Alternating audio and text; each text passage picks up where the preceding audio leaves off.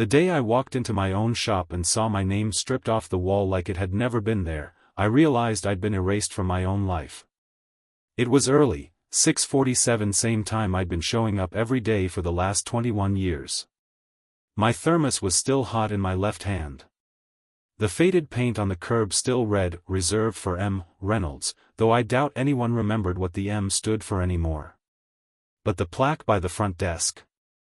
That was brand new. Riverpoint Custom Fabrication. I blinked, thinking maybe I'd walked into the wrong building. But no, the front chairs still had the little tear in the vinyl from when Tommy dropped that steel bar 2 years ago. The smell of metal dust and machine oil still clung to the air. Only the name was gone. Not just the name of the company, my name. Mr. Reynolds. Riley, our receptionist, barely made eye contact. She glanced at me like a kid caught hiding something under the couch. "Morning." My voice came out low. "What's Riverpoint?" Her mouth opened, but nothing came out. She looked like she was about to cry. I left it. Walked down the hallway I designed, past the new charcoal gray walls. We'd never had money for cosmetic upgrades before, and stopped outside the conference room. Doug and Carter were inside. My partners. No, scratch that. Former partners. They didn't look surprised to see me. Doug stood slowly, the way a guy does when he's trying to defuse a situation but knows the fire's already lit. "Mark. Hey. Didn't know you'd be in today." My hands were shaking. Not from rage, not yet, but from the sheer unreality of it. "It's Thursday. Of course I'm in." Carter didn't even stand. He just kept flipping through some slides on his iPad. Cool as ever. He was always the numbers guy. The one with the 5-year plans and the exit strategies. I was the one who built the thing. Let's sit," Doug said, motioning to a chair. "I'm good standing," I said, gripping the back of the conference chair so hard I thought it might snap. "You want to tell me what the hell Riverpoint is?" Doug looked like he might be sick. "Mark." "No," I snapped. "Just say it." "It's the new brand," Carter cut in flatly. "We filed the paperwork last month. Reynolds Manufacturing is now a legacy DBA under Riverpoint Custom Fabrication Incorporated." I stared at him. "And what am I under, Carter? Legacy trash?" Doug winced. "It's not like that. You were given the opportunity to transition into an advisory role. You turned it down." "An advisory role," I repeated, my voice cracking now. "In the company I started in my garage? The one I used to sweep myself while you two were still cashing unemployment checks?" Doug raised his hands. "Mark, we're trying to grow. There are investors now. Outside capital. They wanted a clean brand. And you didn't fit the image," I finished. Carter didn't blink. "Exactly. There it was. The knife. Not even trying to be subtle." I glanced down at the folder on the table. Legal documents. I could see the edge of my name on one of them. Except, not in my handwriting. Doug must have caught the flicker in my eye because he shifted uncomfortably. "We tried to get you on board, Mark. We gave you every chance to be part of this new phase. You gave me a memo," I snapped. "One memo. That I said needed changes." Carter shrugged. "It moved forward. With my signature?" I said. Silence. I felt something twist in my chest. My left hand went numb for a second. Doug was looking down at the table now. He couldn't even meet my eyes. "Did you forge my name?" I asked. Neither of them said anything. So that was a yes. My jaw clenched. I looked around the room, the brushed metal chairs I picked out, the whiteboard with my writing still half erased in the corner. The same plant in the corner my wife, Erin, had given us at our 10-year anniversary. No one even watered it anymore. It was half dead. Just like this place. I missed my daughter's last piano recital to finalize the Clevin order, I said quietly. I worked 70-hour weeks for 6 straight months to land Stokes Aerospace. I took out a second mortgage to buy our first water jet cutter. And you're telling me now that none of that matters because I don't fit? Come on, Mark, Doug said, finally looking up, eyes bloodshot. You were dragging your feet on digital workflows. You fought every automation proposal. Carter and I. You stabbed me in the back, I said. Just say it. At least give me the respect of calling it what it is. Doug closed his eyes. Carter stood. We're not going to rehash this. It's done. I walked out. Not because I was done talking, but because if I'd stayed, I might have said something I couldn't take back. Back in 2002, I started Reynolds Manufacturing in a single-bay garage in Barberton with a $14,000 business loan and a toolbox I inherited from my dad. I built specialty components, custom metal brackets, electrical enclosures, brackets for heavy equipment, for local clients who couldn't get what they needed from overseas. I worked weekends. Nights. Missed birthdays. My daughter once left me a card on the shop floor because it was the only place she could find me on her birthday. But we made it work. Built a reputation. By 2011, we had 18 employees, 2 CNC routers, and a backlog 6 months deep. Doug came on board that year. Carter joined in 2014 when we started looking into digitizing designs. I brought them in because I was burning out. Because Aaron wanted me home more. Because I thought having partners would protect the business from collapse. Instead, it gave them the leverage to push me out. 2 days later, I got a package in the mail. No return address. Inside, a glossy investor brochure. Riverpoint, where legacy meets innovation. On page 4 was a group photo, Carter in a blazer, Doug with his signature coffee mug, and a tagline underneath. Founded by Carter Wells and Doug Hammond, Riverpoint brings modern solutions to American manufacturing. And below that? A quote. Stepping aside is the best legacy I can leave.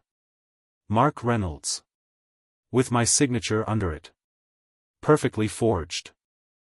I dropped the brochure on the kitchen table, staring at it like it might bite. Erin walked in a moment later. She saw the brochure, picked it up, and slowly sank into the chair across from me. Her voice was soft.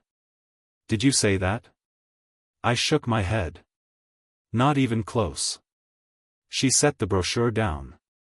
So what now? I didn't answer right away.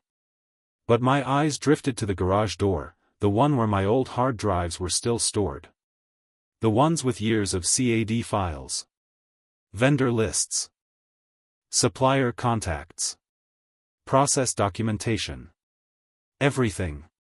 Nothing, I said finally. For now. First signs of trouble, flashback hints. Looking back, the signs were there. Doug stopped looping me in on investor calls. They just want high-level overviews, he'd said.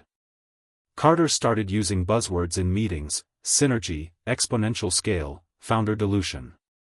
I'd been too busy in the shop to see what was coming. The last straw was probably when they moved payroll over to Carter's accountant without telling me. I asked about it once. Carter smiled. Efficiency, he said. You're busy. Let us handle it. Busy. I was always busy. Too busy to see I was being replaced. That night, I sat in my garage long after the house had gone quiet. Aaron had gone to bed. The street outside was still. I opened the old file cabinet in the corner. Pulled out a manila folder marked Patents, 2003 to 2012. Inside were copies of every design file I'd ever submitted. Signed and time-stamped. With my name. They'd taken the name off the door. But they hadn't touched the blueprints. I flipped to the last page of the folder. It was a flowchart, an old one I'd drawn during a feverish night of problem-solving after one of our machines failed mid-run. In the corner, I had written one thing. Protect the foundation. Then rebuild. I stared at those words for a long time. They thought I was done. They thought wrong. The day a shipment showed up on my porch labeled Riverpoint Custom Fabrication, I nearly kicked the box straight back down the steps. It was one of our old aluminum brace sets, a design I created myself, years ago, during a caffeine-fueled weekend in the early days when orders came in faster than we could fulfill them. The design had my initials embedded in the original file name. They were still on the spec sheet inside the packaging. I recognized the numbering code immediately.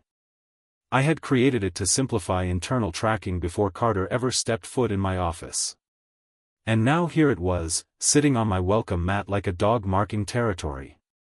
The delivery guy didn't know, of course. Just handed it off, smiled, and walked back to his truck. I brought the box inside, set it on the counter, and stared at it for a long time. Not because I was angry, not in that moment, but because the insult was so casual it almost felt elegant. They were still profiting off my designs. Still using my part numbers. Still sending out my work under a name they pasted over mine. They hadn't just written me out. They were repackaging my legacy and shipping it back to me. Erin came in from the backyard and spotted the label right away. "That from them?" she asked, wiping her hands on a towel. I nodded without looking up. She stepped closer, read the specs, and tilted her head. "Didn't you design this one?" "Yeah," I said quietly. "I guess they forgot to scrub the metadata." That night, I sat in the garage with the box beside me, unopened. I stared at the label until the adhesive started to peel under the heat from the lamp. It was the first time I realized I wasn't angry anymore. I was focused. The line between fury and clarity had blurred, and what was left was cold, sharp, and patient. For the next few weeks, I vanished from their radar. I didn't return messages. I didn't show up. I didn't respond to the handful of confused texts from vendors who noticed my name was quietly missing from correspondence. I let the silence sit heavy. Because silence, if you know how to use it, makes people fill in blanks with their own assumptions, and Doug and Carter had no shortage of those. They believed they'd neutralized the threat.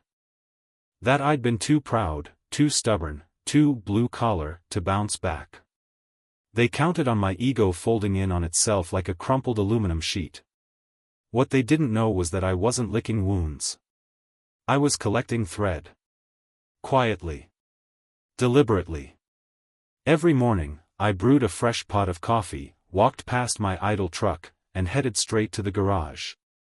Not to build, not yet, but to document.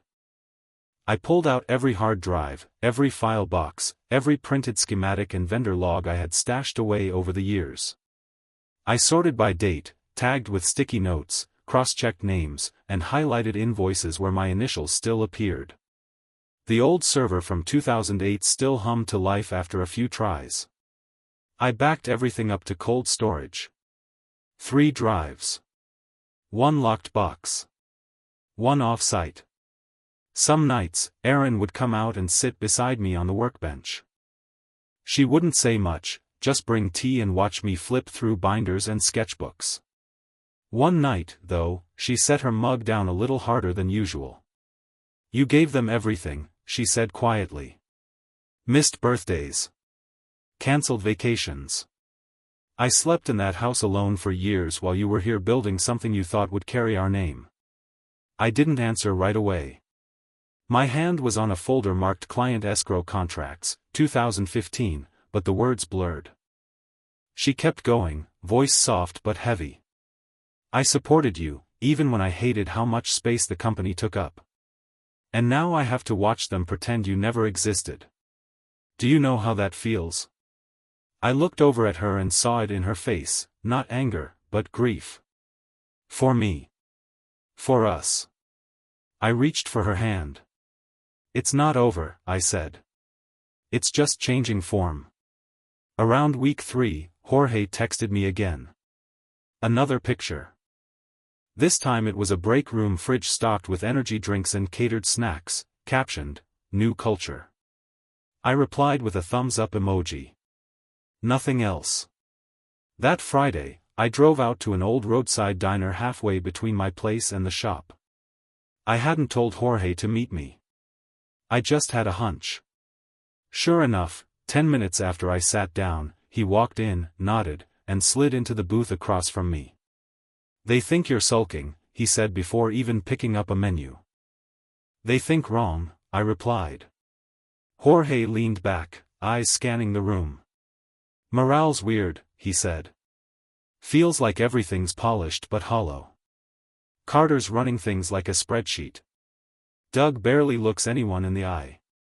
They're keeping everything surface level, but people feel it. Feels like the shop's got a smile painted on." "You still keeping notes?" I asked. He reached into his coat pocket and slid me a folded piece of paper. Dates. Equipment changes. Weird vendor switch-outs.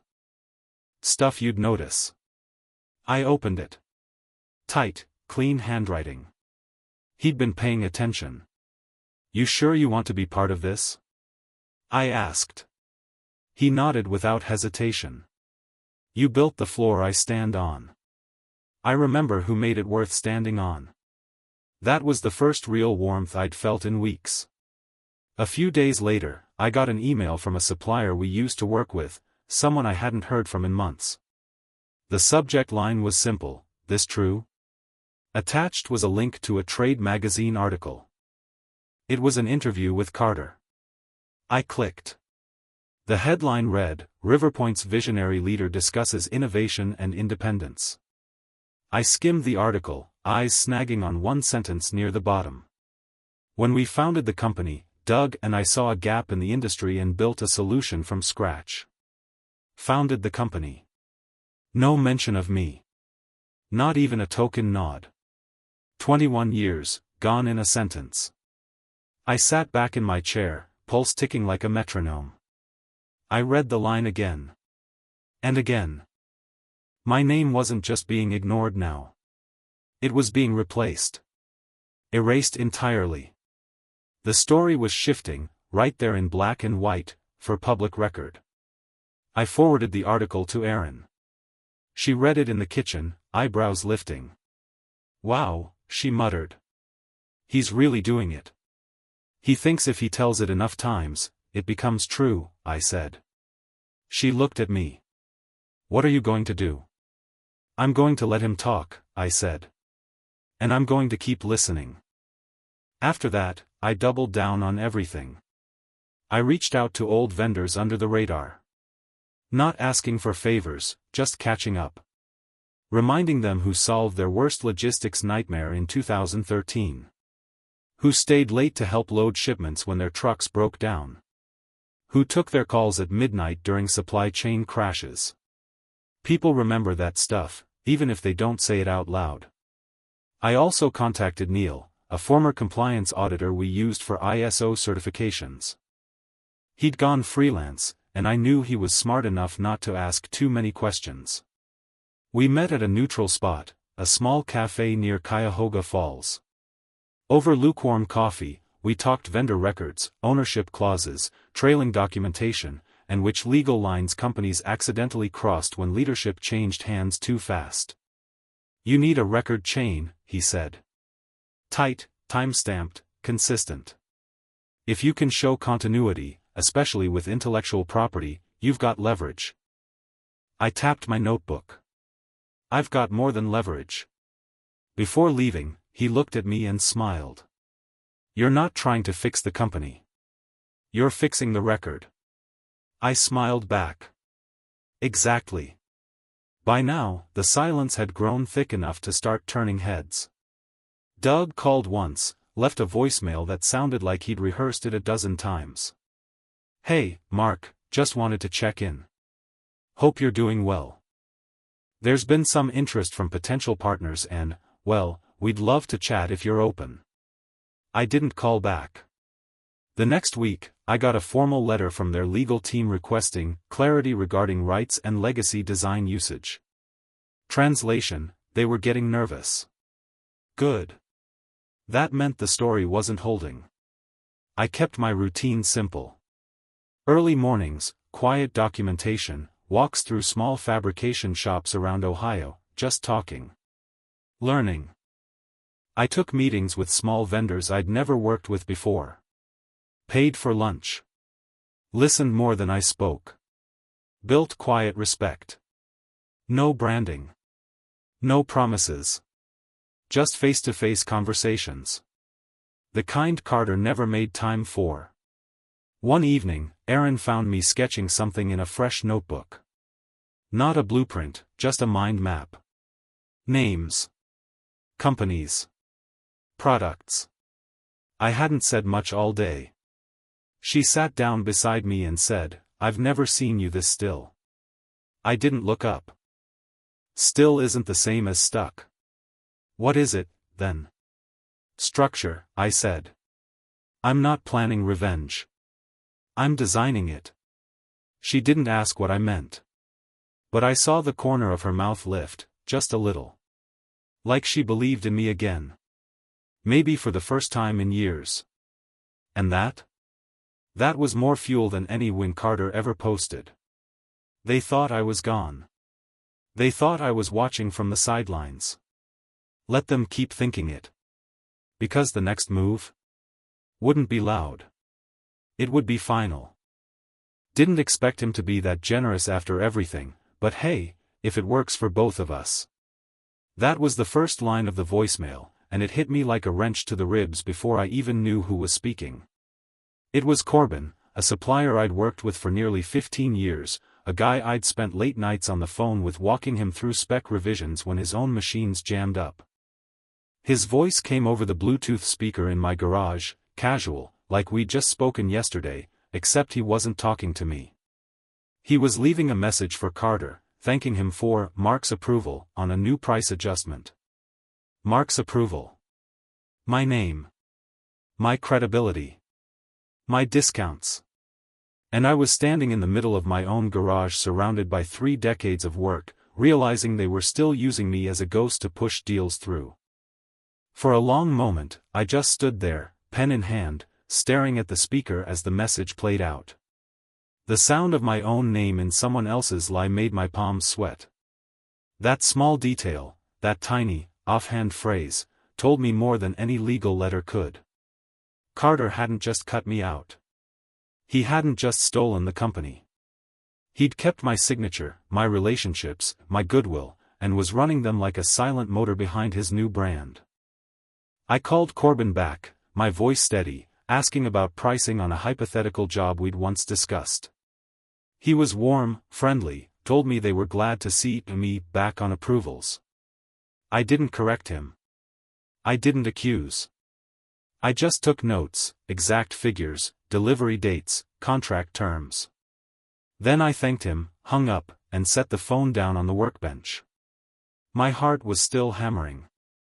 I looked around the garage at the stacks of archived orders, the labeled drives, the binders full of specs I'd been slowly cataloging. They were my history, but also my arsenal. Carter had assumed I'd disappear quietly, but he'd left my fingerprints all over his new empire. Erin walked in a few minutes later carrying 2 mugs of tea.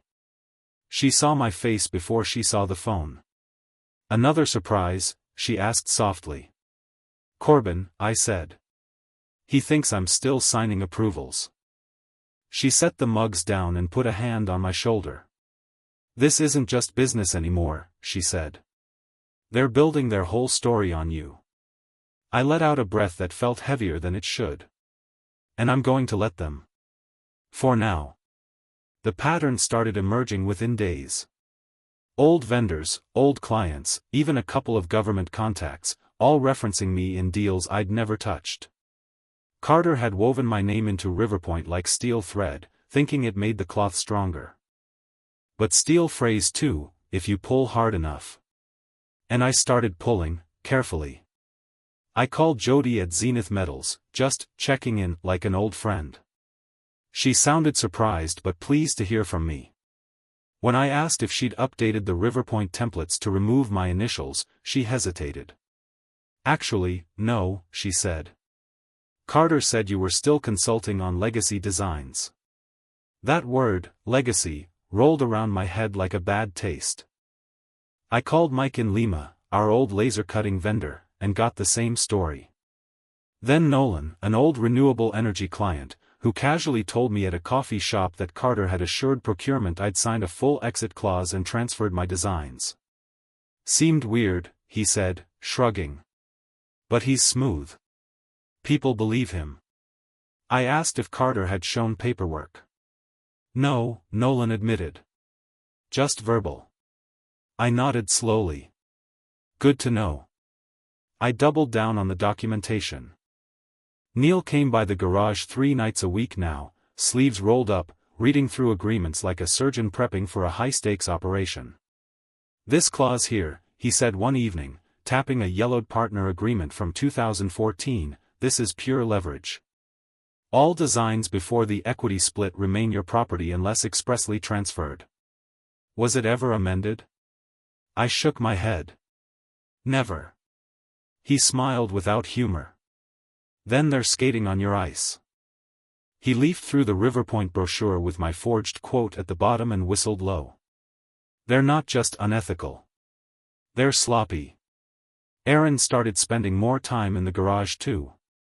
One night, she leaned against the doorway while I sorted vendor lists. I'm worried about you, she said. I looked up, surprised. Why? Because I see what this is doing, she said. I watched you disappear into that company for 2 decades. Missed dinners. Missed birthdays. I told myself it was worth it because it was yours. Now it's gone, and instead of moving on, you're turning into someone I don't recognize. Her voice caught on the last word. I'm scared this is going to eat you. I set the binder down and crossed to her. This isn't about anger anymore, I said quietly. It's about restoration. It's about telling the truth. And then it's about being free. She searched my face for a long time, then nodded slowly. Just don't lose yourself in the process. Jorge kept sending me snapshots from the shop.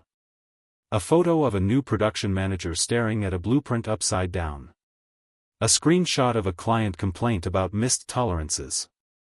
A scribbled note in Carter's handwriting on a whiteboard, Reynolds bracket template adjusted for cost efficiency, no approval needed. That one I printed out and slid into a folder labeled Riverpoint Nonconformities.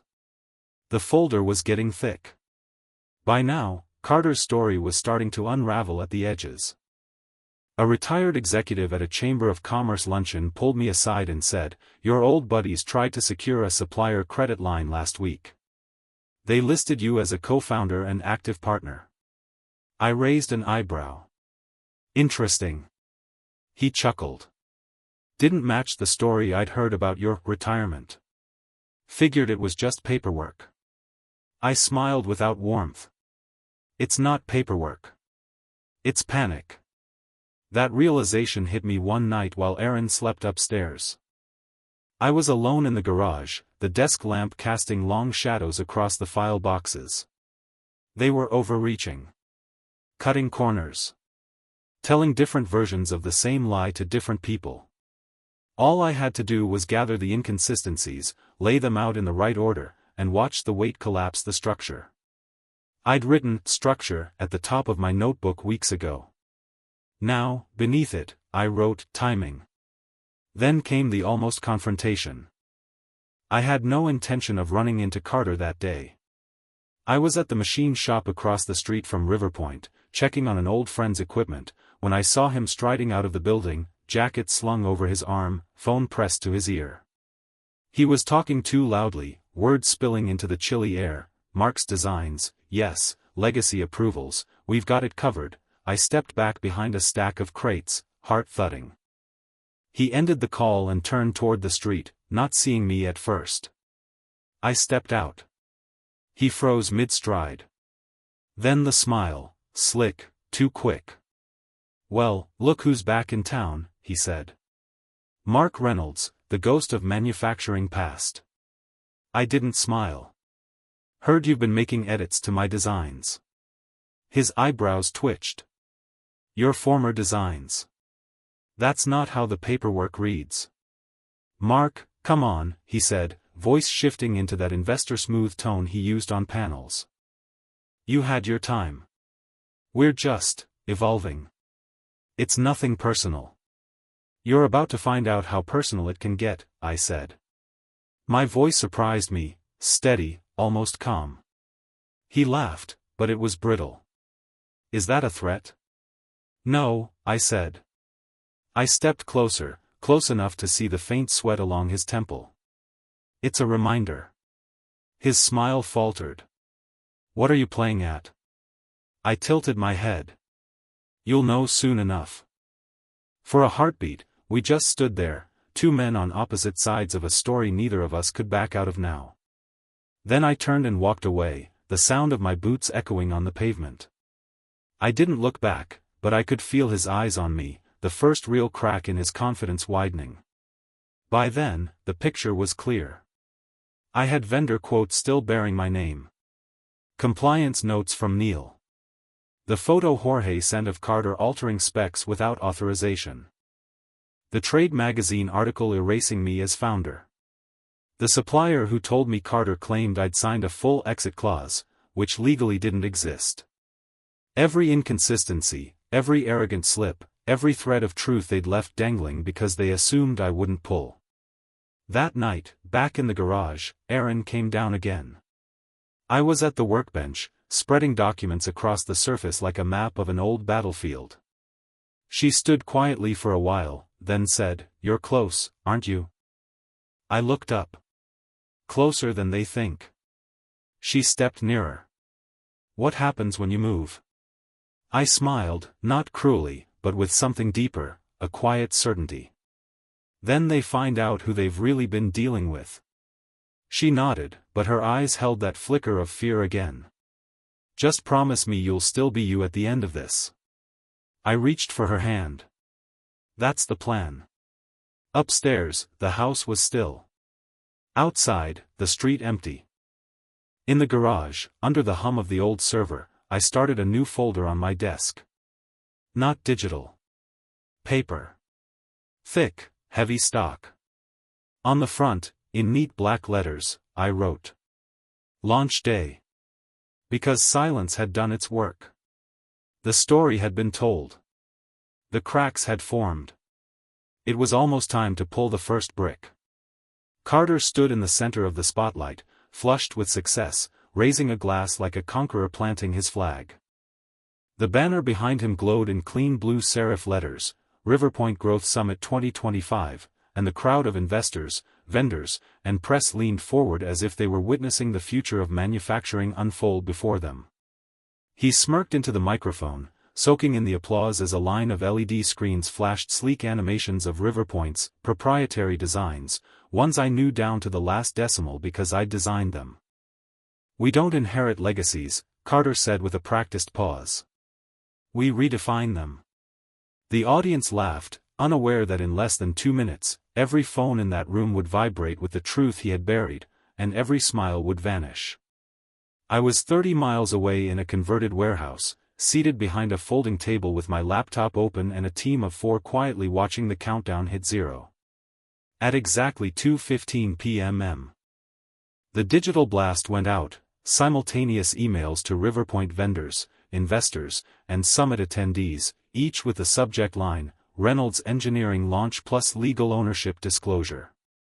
Attached was a PDF file, simple in design, but devastating in content, a full, notarized legal document detailing my sole, uninterrupted ownership of the design IP Carter and Doug had been using since the day they wrote me out.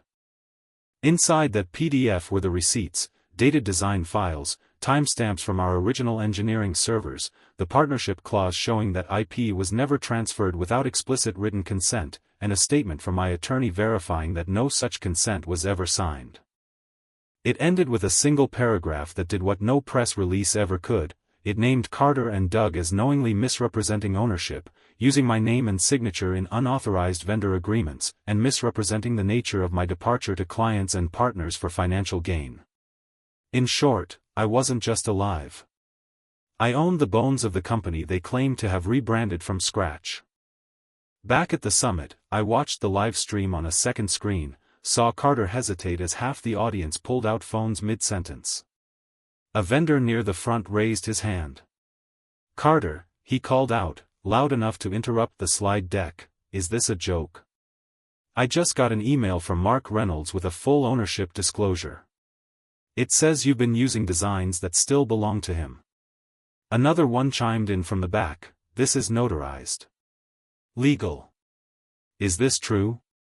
Carter's jaw twitched.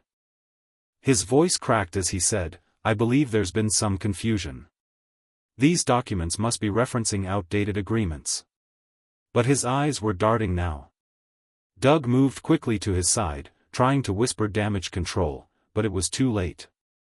One vendor began reading the document aloud.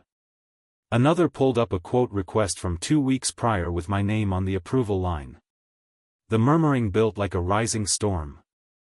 And then, in perfect timing, Jorge, who had quietly RSVP'd through a friend's +1, uploaded a second file to the live vendor portal.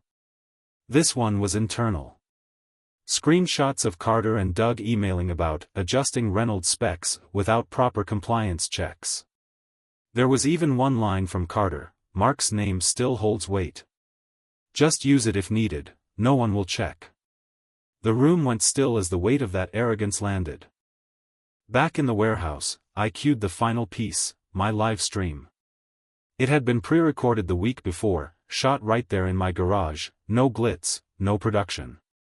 Just me, standing with a thick folder of documents, looking into the camera like I was talking directly to the people who had been fed a lie. "My name is Mark Reynolds," I said, voice steady. "For 23 years, I built a company rooted in trust, quality, and relationships. A year ago, I was quietly pushed out of that company. What followed was a campaign to erase my name, repurpose my work, and rewrite history. I didn't respond publicly. I didn't retaliate. I just documented. And today, I'm here to restore the truth." The stream cut to clean visuals, design timestamps, legal filings, even excerpts from old partner contracts. Then back to me. Riverpoint was built on my work.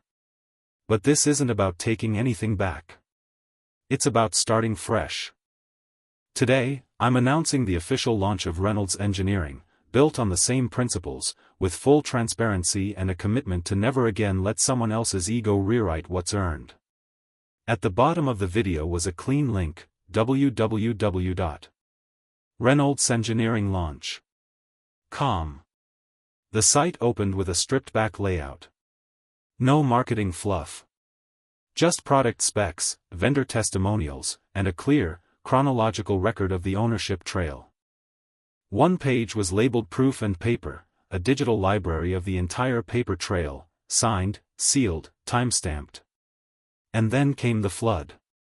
Within 20 minutes, my inbox filled with inquiry requests. Several vendors who had received the email personally forwarded it to others. One of them added a note, "It's about time the real story came out." Clients I hadn't spoken to in over a year emailed me asking about new contracts. One investor who had been wooed by Doug last quarter asked if I'd be open to a call. I wasn't surprised. In manufacturing, integrity is a currency. And Carter had just defaulted on all of it. But even as the revenge unfolded exactly as I'd planned, clean, legal, and public, I wasn't gloating. I watched the Riverpoint summit descend into quiet chaos, saw Carter stepping off stage, phone to his ear, Doug red in the face as he tried to calm a cluster of furious suppliers. I didn't cheer. I didn't fist pump. I just exhaled, a slow, quiet breath I hadn't realized I'd been holding since the day I walked out of my own company, pockets empty and name stripped off the door. Doug's fall was quieter, but no less satisfying.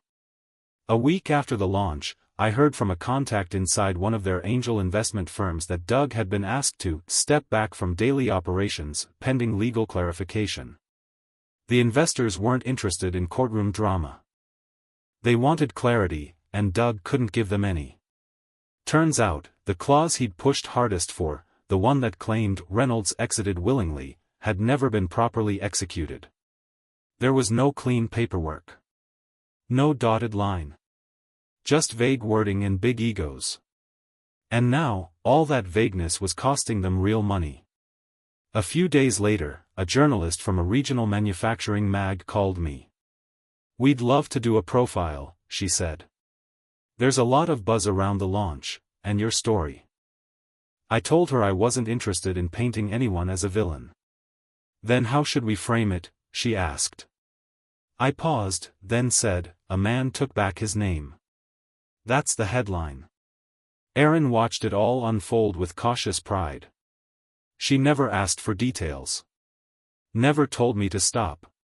But one evening, as we sat on the back porch with mugs of tea and the wind chasing the last leaves from the trees, she turned to me and asked, "Was it worth it?" That question sat between us for a long time.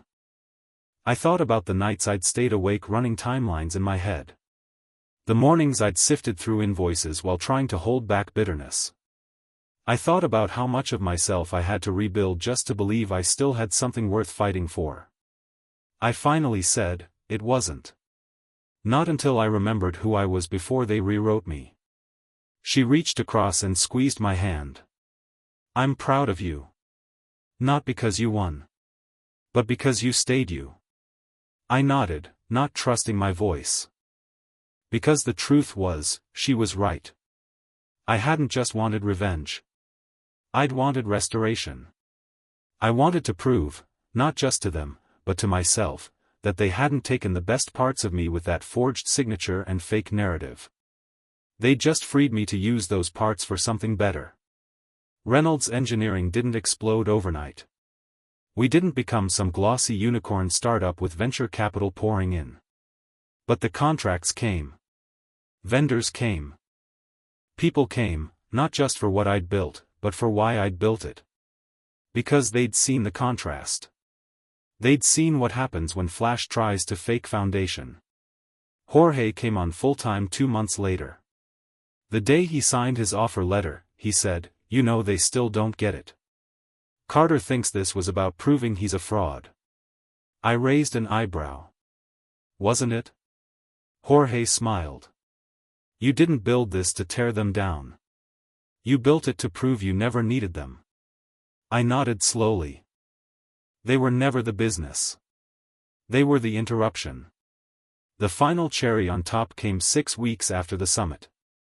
A former client forwarded me a desperate marketing email from Carter, offering steep discounts and priority fulfillment to anyone willing to sign a 6-month contract.